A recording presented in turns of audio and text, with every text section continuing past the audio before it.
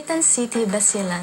Inilarawan ko po yung sarili ko ay isang mahiyain po. Pag kumakanta na po ako, nagiging bagong anyo na po. Hindi na po ako mahiyain. Sabi po kasi ni Mama, nung 11 months po daw ako, nagsimula na po daw ako naghaming. At nung nalaman po ni Papa na naghaming ako, bumili siya ng maliit na radyo.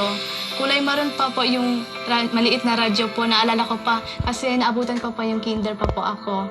At palagi po ni Papa piniplay yung mga songs po para makahear po ako. Doon po nag-start yung pagkanta ko hanggang dinadala po ako ni Papa sa mga mall, sa mga schools. Kasi si Papa po, gumagawa talaga siya ng paraan para ma-expose talaga sa pagkanta ko. Ang trabaho po ni Papa ay teacher din po at si Mama po ay housewife po.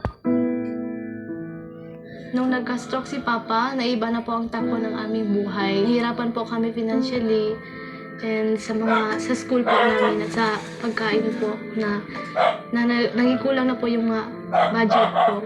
Ako po, nahihirapan po talaga ako kay Papa.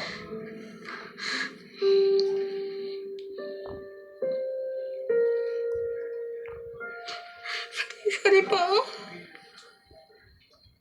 Nahihirapan po talaga ako kay Papa na makita yung sitwasyon nga ngayon nga. Hindi ko pa kaya na makita si Papa ng ganun. Siya po talaga yung naging source of strength ko sa pagkanta. Aubrey, dito sa The Voice Teens, meron tayong mga... Minsan may pictures ng mga pinapakita, mga pinapakita. Anong pictures na yun? Picture mo. Hindi picture ko. Hindi, may papakita tayong picture kay Aubrey. Sige, pasok Tignan picture. natin.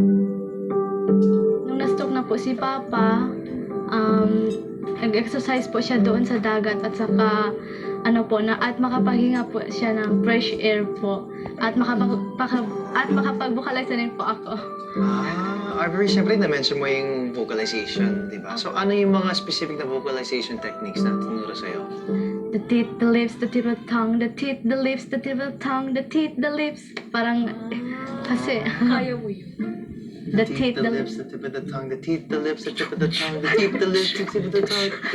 Balik tayo sa seryoso. Hindi, kasi nabanggit mo yung Papa mo ay yung vocal coach mo. So, siyempre, I'm sure proud na siya sa'yo na umabot ka dito sa The Voice Teens. So, baka may mensahe ka para kay Papa. Pa, thank you sa love and support. Thank you sa prayer niyo po, Ama and Pa. Thank you talaga. I love you po.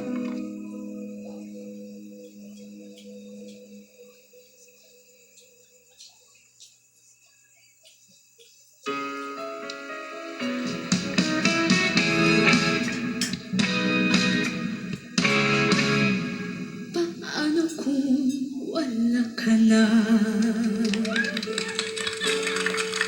Paano ba ang mag-isa? Mula nang magkasama ka, paano'y limot ko na? Paano ang pag-ibig ko?